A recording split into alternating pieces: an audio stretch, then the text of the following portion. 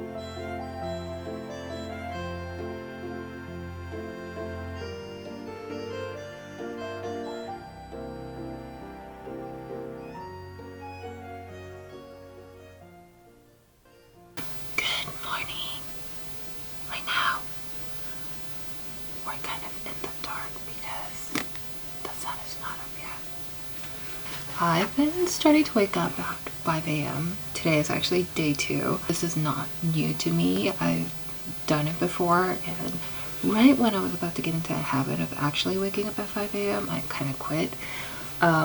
So I decided to actually do that routine again because I just feel like I get in like a much better mood when I wake up early. And as soon as my alarm goes off, I turn it off. I try to bolt out of bed, and then I try to get on my Peloton.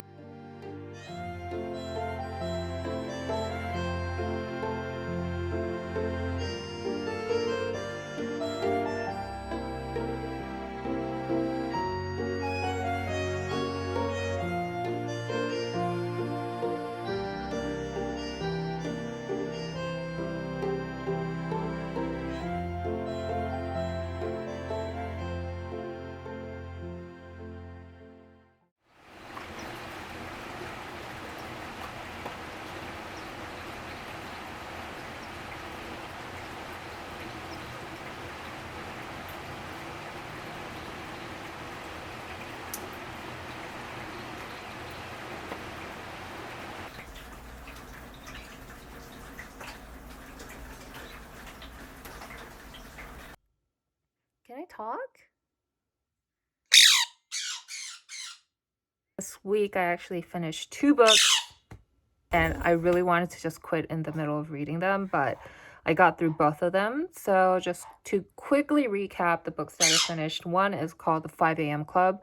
I would have never picked up that book by myself, but one of my coworkers really recommended the book. I thought it was going to be more like a self-help book, more kind of like Atomic Habits, where it's just kind of factual and it like runs you through like the system. But basically it's in like a story form, and I really didn't like it because A, like the story format was a little bit obnoxious, and B, there's not a lot of substance to what this person is trying to tell you about the benefits of 5 a.m. Club. Like, it could really be summarized in like less than 30 seconds and probably on just 1 page. And the writer actually managed to stretch that out into a full book. So it was really painful to actually just kind of get dragged along in the story. There's like 3 main characters that you should know. One is the entrepreneur, one is the artist, and the other one is like this billionaire. And this billionaire is supposed to be like this like quirky, out of this world, crazy, but this guy like who's like transformed his life. And I just felt like his antics didn't have a reason. Like I get like you're trying to put character into someone, but like there's not a lot of reasons of why he was just like so over the top crazy. And as the story progressed, he just get more and more crazier. And then there's this entrepreneur and this artist. In my mind, what I actually imagined while I was reading it is more like Jim Carrey's Yes Man, where he kind of goes to like this cultish kind of like seminar, and you know, like they have like the guru come out, and basically that's the type of like environment where the book starts. There's this artist and this entrepreneur who start talking, and they just kind of stay late, and that's how they meet this billionaire.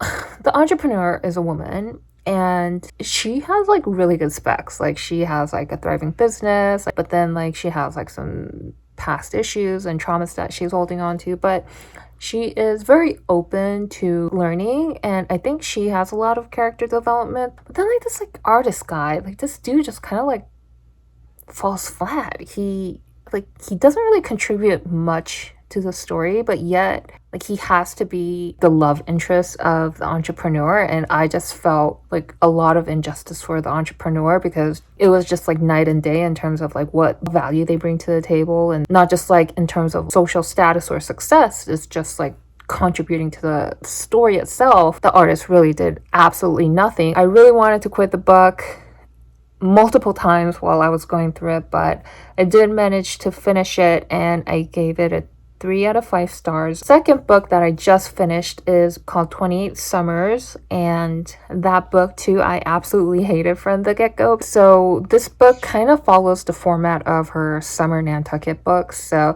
the setting is summer, the location is Nantucket. It's like a romance between like 2 white people. The thing that really bothered me about this book is it's inspired by this movie called Same Time Next Year.